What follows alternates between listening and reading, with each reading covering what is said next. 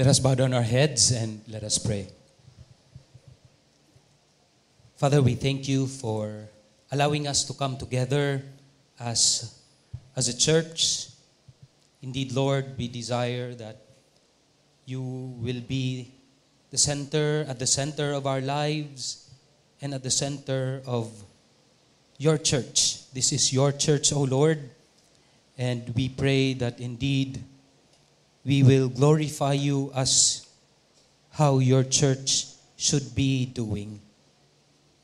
We thank you for your wonderful words that is prepared for us this morning.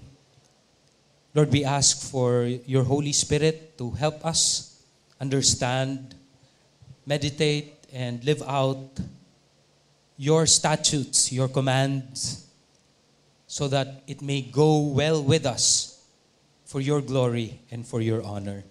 In Jesus' name we pray. Amen. Amen. Indeed, it's good to sing songs of worship to the Lord, isn't it, brothers and sisters? That is why the book of Psalms continually encourages us to sing joyful songs to the Lord, sing a new song to the Lord, shout for joy to the Lord, because His grace and His mercy endures forever.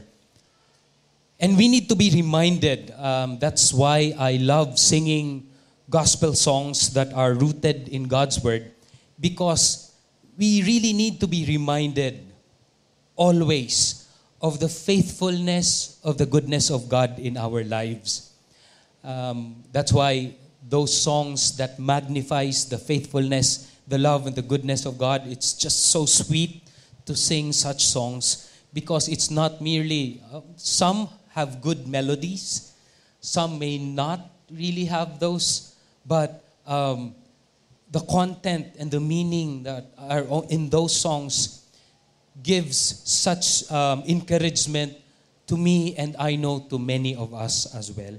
And we need that every day, because sometimes the bitter things, bitter tests of this world can somehow overpower, the words of God, especially during times that we have been away from our devotional and have been so engrossed with the busyness of this world. Sometimes the bitterness of life can come to us and can affect our hearts, that we become bitter as well in our approach to other people. This morning we will exactly be talking about this bitter experiences that we have in life. And as believers of the Lord Jesus Christ, we know that in John chapter 10 verse 10, God promises a life to the fullest. And many of us would see that life to be a sweet life. Let me see. Okay. The sweet life. Now, this is the title of my message. That's why I am wearing pink, just like our elder, si Mr. Gaane, and many of us here.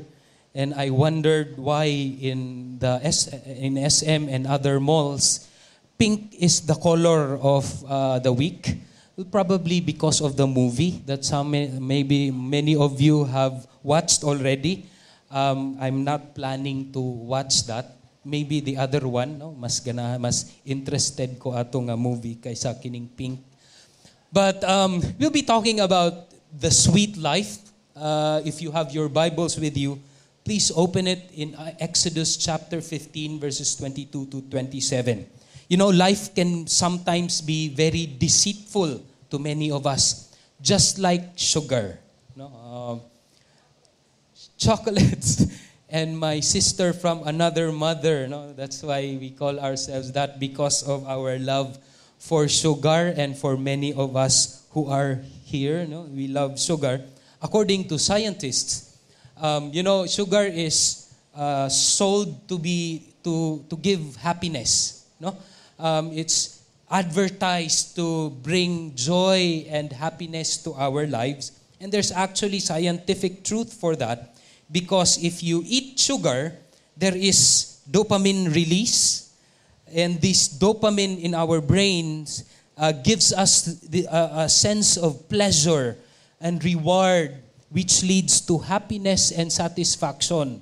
Not only dopamine, it also gives serotonin levels, which promotes a sense of well-being and good mood, which is why during the times when we are so stressful, we eat a lot of chocolates to give us good mood, and it also gives us this endorphin release, which gives a sense of euphoria and somehow happiness. And for many of us, it also brings back a lot of memories, especially from our childhood.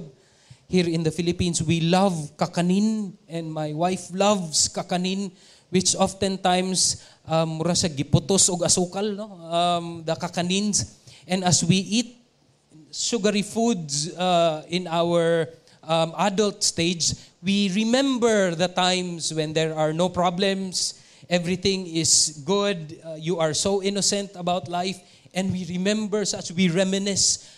It causes us to reminisce on such times. So indeed, as what this soda advertisement tells us, that it gives happiness. No? Sugar gives happiness. However, for only a little while. Because when the sugar rush and the spike of energy that is given to us ends few minutes, it causes this what they call as sugar crash. Not only sugar rush, but sugar crash as well. Because happiness derived from sugar is typically short-lived. The initial spike of energy, mood, blood sugar levels can drop, leading to the feeling of fatigue and irritability. So which is why when you are stress eating, right after a few minutes, the stress is still there, and sometimes it multiplies into, how many folds. But not only in the short term of its sense, but also long term, as diabetes and other bodily harm would surely follow if you continue. Which is why one of our beloved elders would tell us, sugar is poison. Okay. Sometimes life can be that deceptive as well. When you think that you have already achieved a certain level of sweetness because of probably an ambition that you have achieved or a prayer that was answered. Many of us prayed for the work that we are having right now. Lord, kung makatrabaho lang yun ko, I will be happy and I will serve you all the more. However, when that answer to your prayer happens, there are times, not all the time, that it somehow gave us a bitter life. Our wife would now begin to question of why we have become so busy to a point that we have no more time with our children. We have no more time to date her in her favorite restaurant. Or the moment that you achieve the promotion of your work or a certain level of upgrade or achievement in your business, there are times that instead of giving us the sweet life, it brought about a bitter kind of life. Which is why many people would cling on to chance and destiny. Bahala na si destiny. This is the will of life. Sometimes we are on top. Sometimes we are at the bottom. But how do we deal with this when it comes to the Christian life? For us believers of the Lord Jesus Christ, how do we perceive destiny? How do we go about faith with regards to the sweetness of life and the bitterness that comes from trials and other problems that comes into our lives. The book of Exodus chapter 15 gives us a glimpse of this wonderful truth that comes from God, the reality of the bitterness of life and the reality as well of the sweet things that comes from the Lord, and how do we integrate these things into something that is really practical for us, making our faith stronger in the Lord as we approach the different problems and trials in life. Let us begin with reading these words of Exodus chapter 15, verses 22 to 27. Verse 22 says, "Then Moses led Israel from the Red Sea, and they went into the desert of Shur. And for 3 days they traveled in the desert without finding water. When they came to Marah, they could not drink its water because it was bitter." That's why this place is called Marah. "So the people grumbled against Moses, saying, 'What are we to drink?' Then Moses cried out to the Lord, and the Lord showed him a piece of wood. He threw it into the water, and the water became fit to drink. Then the Lord issued a ruling and instruction for them and put them to the test. He said, 'If you listen carefully to the Lord your God and do what is right in His eyes, if you pay attention to His commands and keep all His decrees, I will not bring on you any of the diseases I brought on the Egyptians, for I am the Lord who heals you.'" And last verse, Then they came to Elim, where there were 12 springs and 70 palm trees, and they camped there near the water. The Lord bless the reading of His word. This is the time when the Israelites has experienced the magnificent power of God Himself as God saved them from being a slave of the wrong king, that is the Pharaoh. And now through Moses, God brought them to the Red Sea. Not merely just an ordinary kind of salvation, but God also showed His magnificent and a great power through, number one, the pillar of fire that stopped the Egyptian army from, overpowering them or catching up to them. And it's not merely that, also through the parting of the sea, which many of us would see as one of the greatest miracles of the Bible. Well, prior to that, the Israelites actually grumbled already to Moses, not realizing that they were already, according to the Bible, that they were on hard labor while they were there in Egypt. They should have been thankful to Moses and to God for bringing them out of this hard labor serving the wrong king. But because of the hardship and the threat that that is looming towards them, the Egyptian army, the mighty Egyptian army, they started to grumble and telling Moses of, "Why did you lead us into this place, knowing that we will be barbecued by this large army of Israel?" But through a great miracle of God, Moses laid down his staff on the water, and the water just parted. Dry ground appeared, and the Israelites passed through it. The Egyptians tried to catch up with the Israelites, but lo and behold, through the power of God, all of them were swallowed by the sea.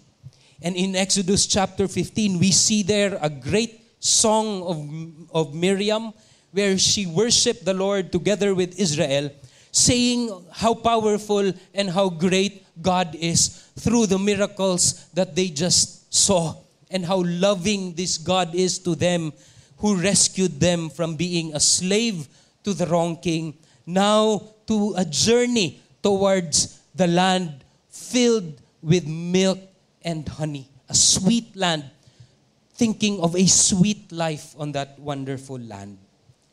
But not long after that, on their way to Mount Sinai, they were at the desert of Shur. And on that desert, they were traveling for 3 days. And that is without water. Probably they've drained all their water already during that time. And many of them were thirsty. And they came to a land called Mara. From Red Sea to Mara. Sorry.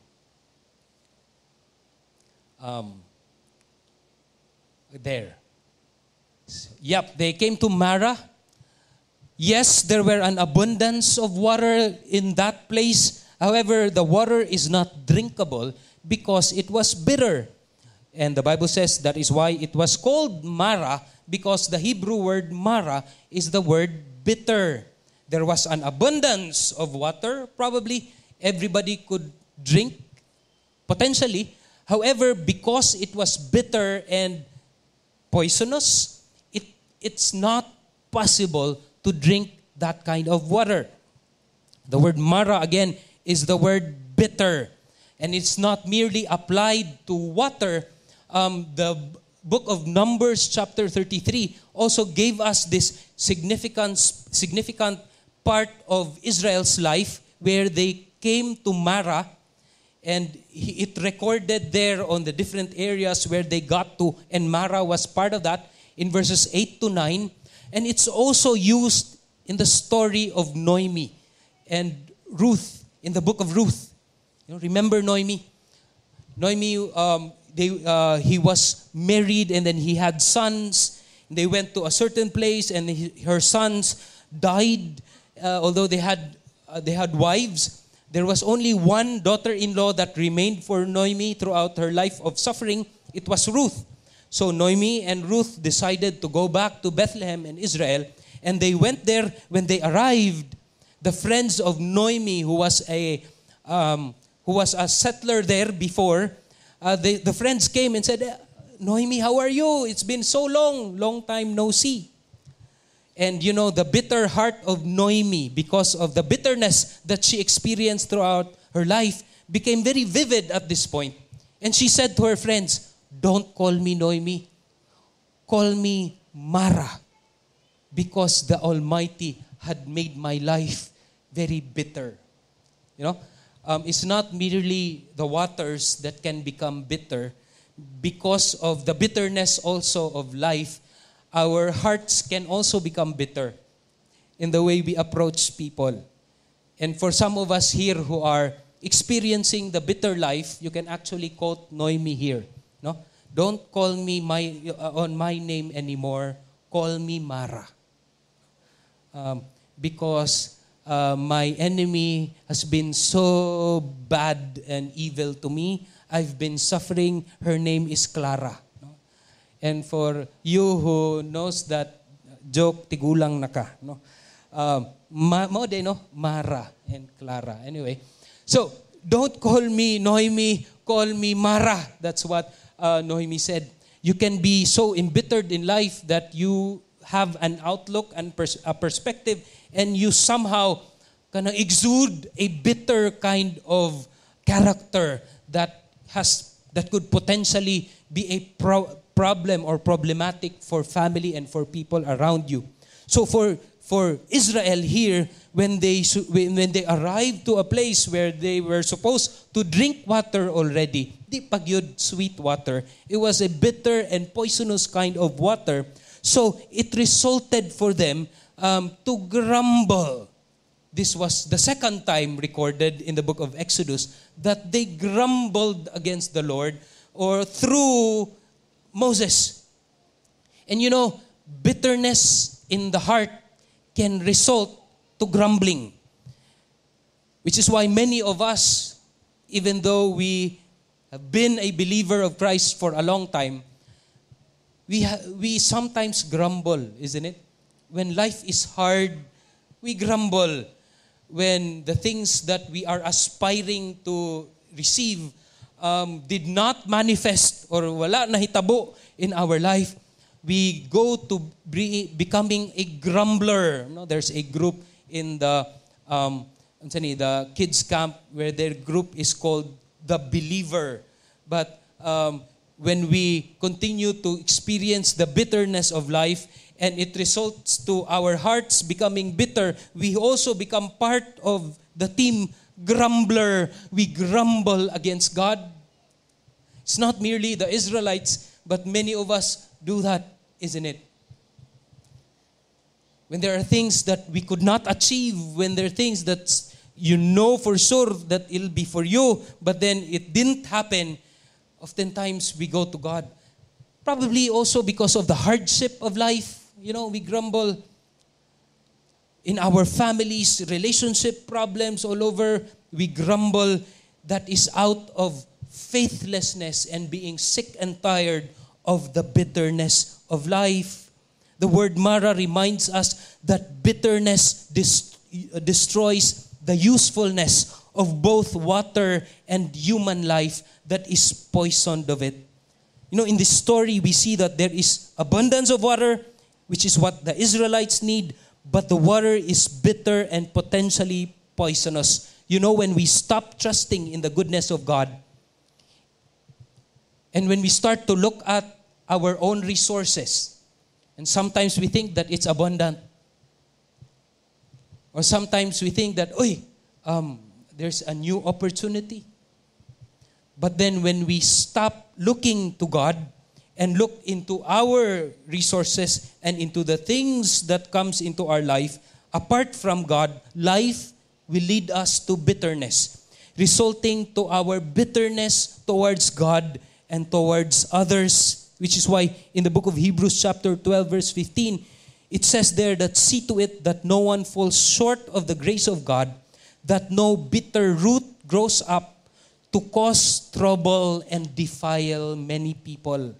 When you are bitter, it's not only affecting you, it's affecting also the people around you. Diba? When you have a bitter mother at home, it's so hard to go home. Young people, it's better to stay at the house of our friends. And many of us parents would sometimes wonder, nga nung di naman uli akong anak? And oftentimes, we blame them for, whatever vice that they are doing. And sometimes we forget that we were the cause of that. We have become so bitter to a point that it has affected the people around us. Trials come to us and it's bitter, really. The problems in life can cause so much bitterness to us personally. But it's not merely personal, it's also family. When trials come, it's not only you who is carrying that kind of burden and that kind of problem, the family is there carrying with you.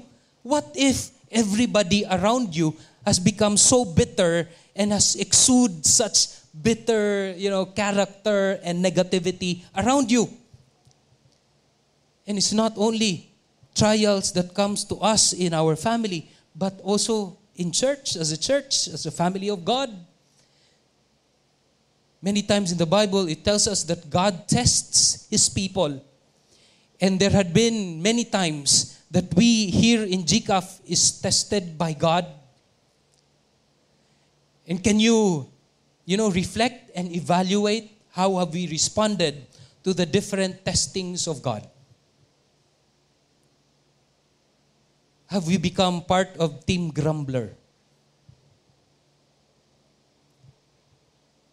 And we cannot deny that. No.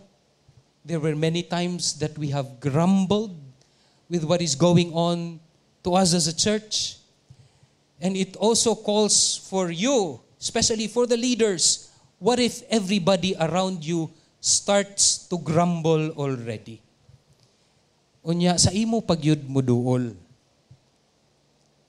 how would you respond? Israel grumbled against Moses, saying, what are we to drink? What are we to drink? It sounds so innocent, but the word grumble in itself reeks of faithlessness. It exudes, relying on other things, probably it would be better for us to go back to Egypt and be a slave of the Egyptians once again than being here without water. So when Christians grumble, what happens to us, brothers and sisters? Well, when Christians grumble, we are actually saying that we are discontented with God and we are discontented with His grace.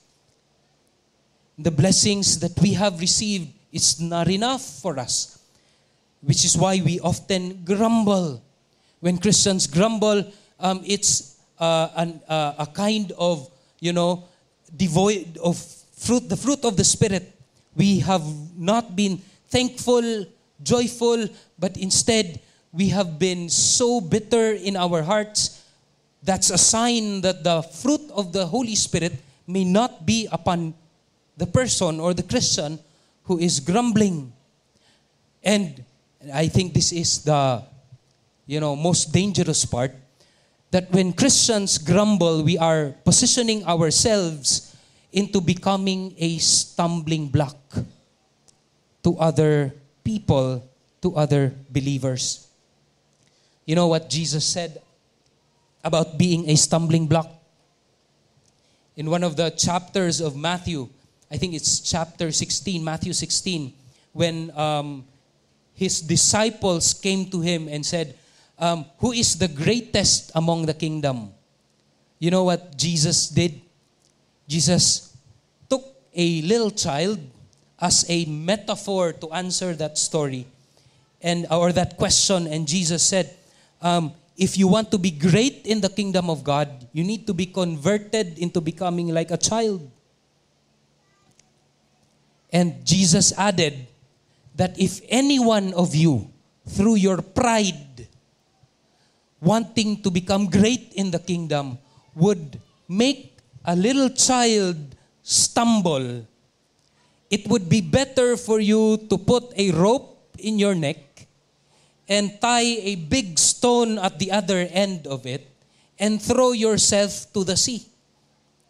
And oftentimes we interpret that looking into real children. Well, it could be, but the metaphor is that Jesus is trying to use here is for these disciples who have become so proud of them being with Jesus and all the miracles that Jesus was doing, and they wanted to be great. And in doing that, in the pride that they have in their hearts, there might be people who are, still young in their faith that could be stumbled because of their proud attitude. And it's better for them to jump on the water with a rope on their neck and a stone on the other end of it. Being a stumbling block to a young Christian is something that is, very bad and very evil for Christ. That it would be better for you to jump to the water if you do that, if you are if you are becoming a stumbling block. And if a Christian continues to exude a bitter kind of life, resulting to grumbling, you may be in that kind of a state. It would be better siguro to, not really better, but the problem is oftentimes when we grumble, it's not on somebody who is mature in the faith. We grumble to people that are not even part of the faith yet. And that's the sad thing about many, of people who comes to church. That when they experience the bitterness of life, they grumble to people that does not believe in the Lord. And what would happen to those kind of people when our grumbling reaches to their ears? Brothers and sisters, bitterness may result to grumbling, can result to grumbling if we don't take care of our hearts. Now, what happened here? What if everybody around you, your family, your wider group, because of the bitterness of life, the bitter water would start to grumble to you. Now, this was what happened to Moses. For Moses, as a result of it, Moses cried out to the Lord, and the Lord showed him a piece of wood. He threw it to the water, and the water became fit to drink. Instead of grumbling just like them. You know, Moses also experienced the thirst. Moses also experienced the hard walk from the Red Sea to Mara. But in addition to that stressful situation, there was also the grumbling of the people to him. And if there is somebody in this group that has the right to really grumble, it's this guy. But instead of grumbling without faith, Moses cried out to the Lord, lamented to the Lord. Yes, he may have somehow the same kind of line. Lord, what are we to drink? But it's on the side of faith. It's not on the side of faithlessness that he asks those questions, but it is on the side of faith that, Lord, I know that you can provide, but why have you not provided yet such need that we have? So Moses cried out to the Lord, and I pray that we as a church would also respond in the bitterness of life, respond in such a way that we cry out to the Lord in faith instead of grumbling from the side of faithlessness.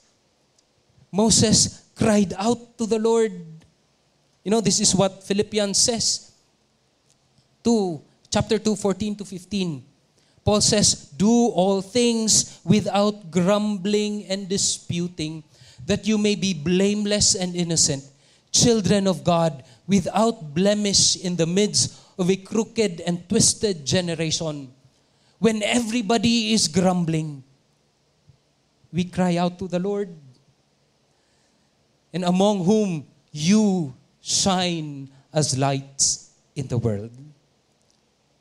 When we approach the bitterness of life with our knees, crying out to the Lord, the book of Philippians tells us that we become lights of the world that shines differently from the people around us. We need to, not grumble. Do not do disputing towards one another. Just like Moses, we cry out to the Lord. And you know what? The Lord always listens. As what we have heard last Sunday being preached to us. The Lord listens to us. And at this point, when the Lord listens to Moses, when he prayed to the Lord showed him a piece of wood and he threw it to the water. Then the bitter water becomes fit to drink. It became sweet. A sweet water for everybody to drink. Moses obeyed the leading of the Lord. He did not merely prayed, but he obeyed the leading of the Lord. It may be illogical for him. This wood, Lord, or this branch could make that sweet. But Moses obeyed. He threw it to the water. Faced with the bitterness of the water and bitterness of Israel, Moses turned to the Lord. And may we, as believers of the Lord Jesus Christ, turn to the Lord in prayer during the bitter and desperate times of our lives. Which is why, one of the things that was said about Moses in Hebrews 3, 2-5, that Moses was a faithful servant in all of God's house. Was he perfect? No. Again, there were so many lapses in Moses' time. The grumbling of the Israelites did not stop here. It was a habit for them to do that every time they face bitter situations and bitter testings from God. But Moses became faithful to the Lord, and it was credited to him. His obedience and righteousness, it was credited to him as his faith to God. That's why we know that many of the Old Testament fathers and prophets have achieved salvation, even though they don't know the Lord Jesus Christ yet, but they were looking forward to this Messiah.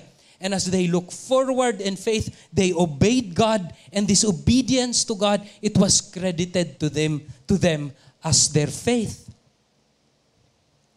But there was one that's not merely a servant, but the son of God's house, that the book of Hebrews also called as greater than Moses. It is the Lord Jesus Christ. Hebrews chapter 3 verse 6 tells us that Christ is faithful, not as a servant, but as the son over God's house. When Moses obeyed the Lord, and it was credited to him, this righteousness, it was credited to him as faith. It was a personal benefit for Moses. I know that it benefited people as well, as Moses became a blessing to Israel and to the people around him. But it's not really the kind of blessing or influence to other people that God intended as He talked to Abraham, that Abraham and his descendants will become a blessing to the nation.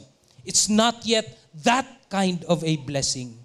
It was only in the Lord Jesus Christ that the fullness of God's Abrahamic blessing is now, tasted by people such as you and me.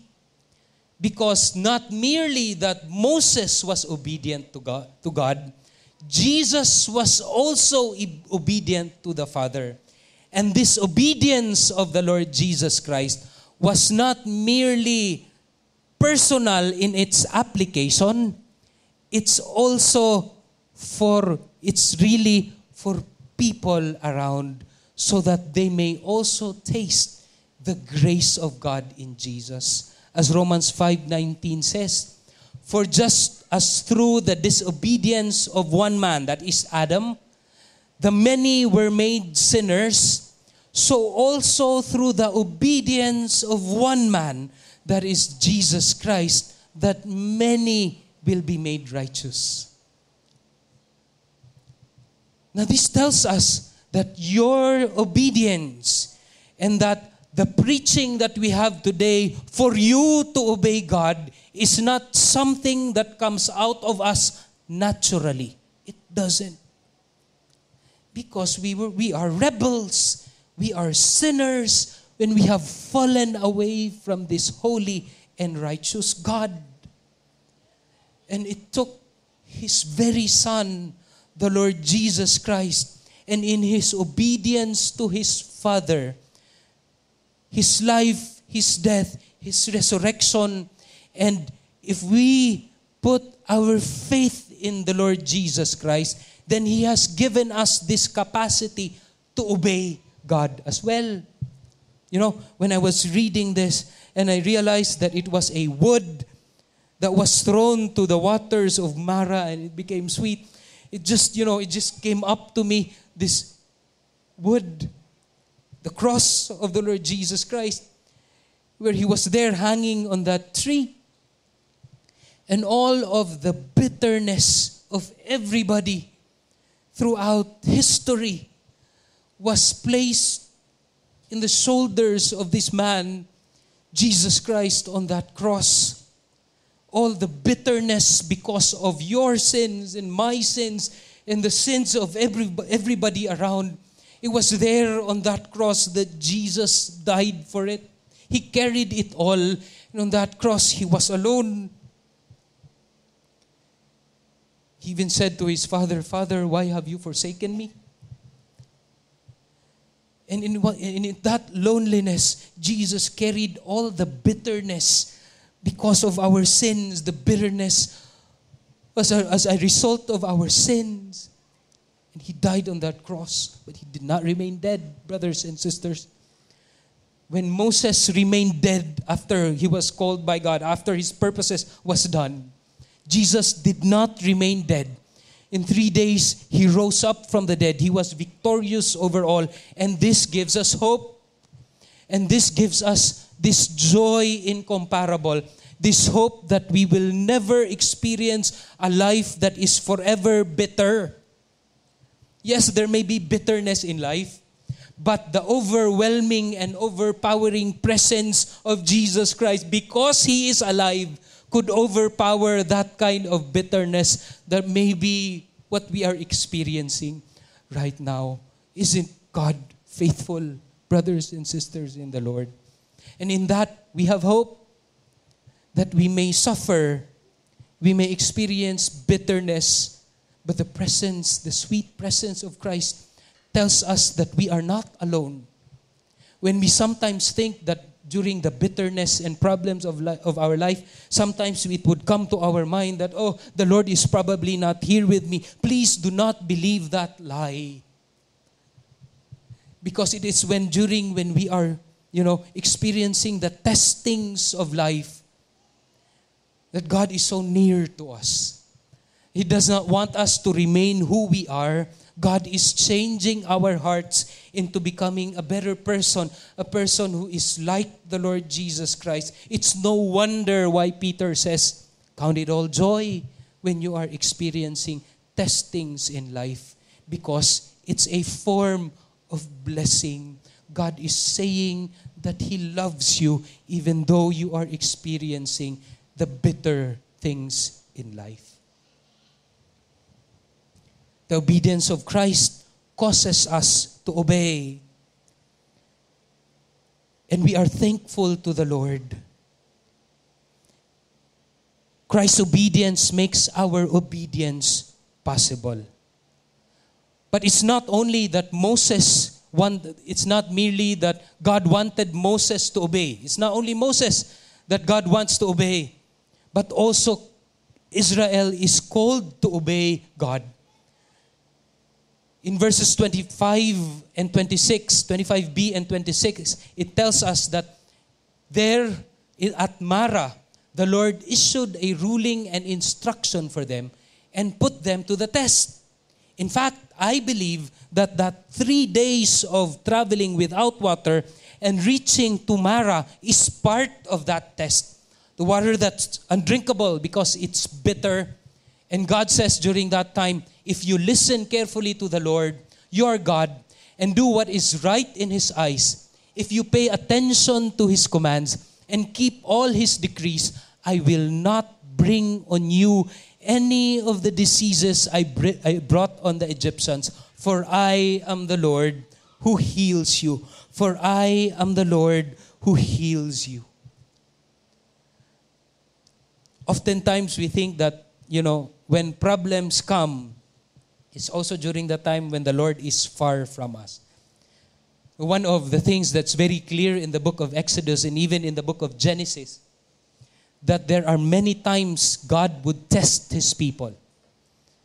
God would test His people. God would also give instructions and God would give commands, and He would always remind Israel to always be faithful, to obey every statutes and commands of the Lord. In good times and in bad times, you obey the Lord. God gives instruction for His people to follow. And as God would obey, as people would obey, God also has this promise. And for this promise, God promises protection. God promises abundance. And God promises healing, according to verse 26. But it's not merely that God gives, blessings all the time. God also tests His people so that the people may continue to recognize and trust His authority. So that's the blessing and the testing of God. In the Christian life, God allows bitter tests so that we may continue to recognize and trust His authority. That's what God wants to communicate to Israel. Which is why right after this grand celebration of the crossing from one place to the other, the parting of the sea and many miracles, God brought them to 3 days of without water in the deserts of Shur. That was a test from God. They traveled without finding water. It's really to test the people to remain and recognize and trust in the authority and the power of God. Will you really do that during the times of bitterness? As I was trying to put these words here, blessing and testing, I had a hard time because I do not want to dichotomize these two things as if testings are not blessings from the Lord, because they are. Sometimes, because of the bitterness of life, we can't just see it. Because of our emotions, we don't somehow recognize that the testings of God are His blessings as well. Yet also, when we continue to obey God, even through the tough times of life, the bitter times of life, when we obey, it is the key to God's protection and provision and His continuous, presence to be upon us, His vivid presence upon us as we continue to grow and mature in our faith. Which is why in verse 27, it's completely opposite to verse 22 where there are no waters. Sometimes as we continue to obey God, God would bring us to Elim, where there were 12 springs and 70 palm trees, and they camped there near the water. 12 springs, abundance of water, sweet water, and where dates are, favorite snacks of the Israelites, and palm trees. So what is God saying here? Obedience and faithfulness to the Lord is very essential for God. That whether in times of testing, in the bitterness of life, God expects His people to continually obey and trust and remain faithful to the Lord. Yes, these testings are really bitter. It's so hard to a point that tears will be shed. Because that's how hard life is. But God continues and expects us to remain faithful to Him even through the bitter experiences in life. And as God also brings us to abundance, because really our God is generous, brothers and sisters. God loves to give good gifts to His people. And when those things come, He continually asks us to remain faithful and obedient, because in both circumstances, we could be sidetracked. And as we are sidetracked, sometimes we think there's so much abundance in us. But it's not sweet water, it's bitter water that can cause us to become bitter all the more. But God expects us to remain obedient and obedient to Him. Brothers and sisters in the Lord, in our journey with Christ, our obedience in Him can turn, the bitter experiences that's potentially could cause our hearts to be bitter. He can turn it to sweet experiences, or because of His intimacy, of His presence in our lives. In our obedience in the Lord Jesus Christ, because of the Lord Jesus Christ, can turn bitterness into sweetness in our lives. Let me end with this story. Have you heard of the story of a farmer? The farmer had a son and a beloved horse who helped the family earn a living. One day, the horse ran away, their only means of money. And the neighbors exclaimed, "Wow, what a bad luck. Your horse ran away. Terrible luck." The farmer says, "Maybe, maybe not." A few days later, the horse returned. And along with the horse were other wild horses together with him. Well, probably the horse is has a good charm, no? Bringing with him more horses. And the neighbors again came and shouted out, "Oh, your horse has returned. And several horses are with him. Oh, what great luck." And the farmer says, "Maybe so, maybe not." Later that week, the farmer's son was trying to ride one of these new wild horses, and trying to tame it. And this new horse threw him away to the ground, breaking his leg. Nabali ang tiil. The neighbors cried again, "Oh, your son broke his leg. What bad luck. Terrible, terrible luck, my friend." Where the farmer replied, "Oh, maybe so. Maybe not." A few weeks later, soldiers from the National Army marched through the town, recruiting all the boys for the army. And they did not take the farmer's son because he had a broken leg.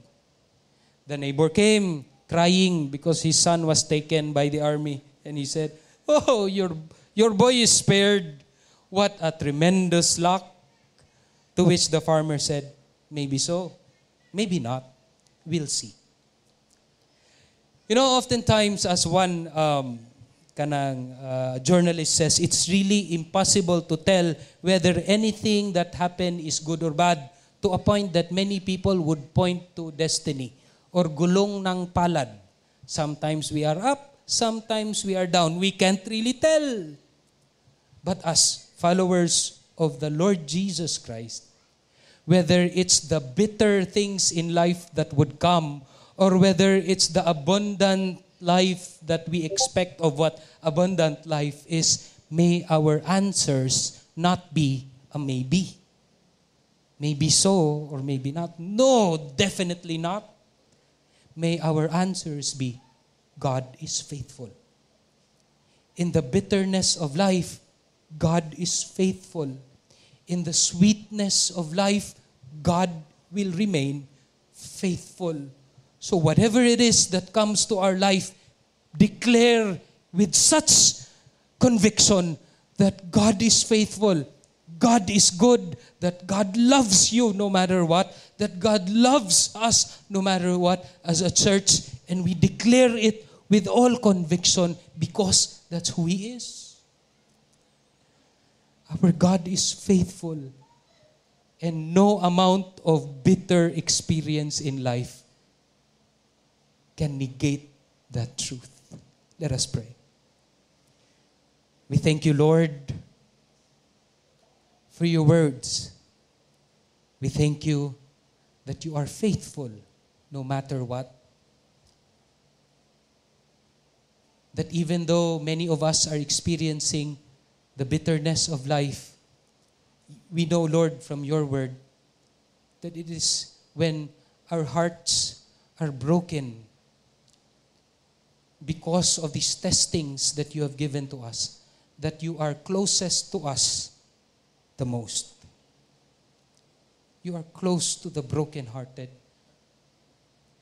That is why, O Lord, I pray that you give us such perspective in life, that we will not leave everything to chance, to fate, nor to destiny. But you are in control. You will always be in control. And you are faithful. Your words does not change. You will never change. Which is why we have this hope that other people who does not believe in Jesus does not have. Our hope comes from this strong assurance that you are the anchor of faith. That no matter the storms that will come to our life, no matter how bitter water that is offered to us by life,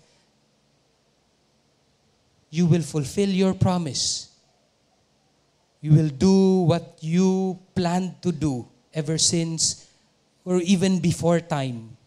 You are our God who is faithful. And to you be the glory and the honor in Jesus' name. Amen.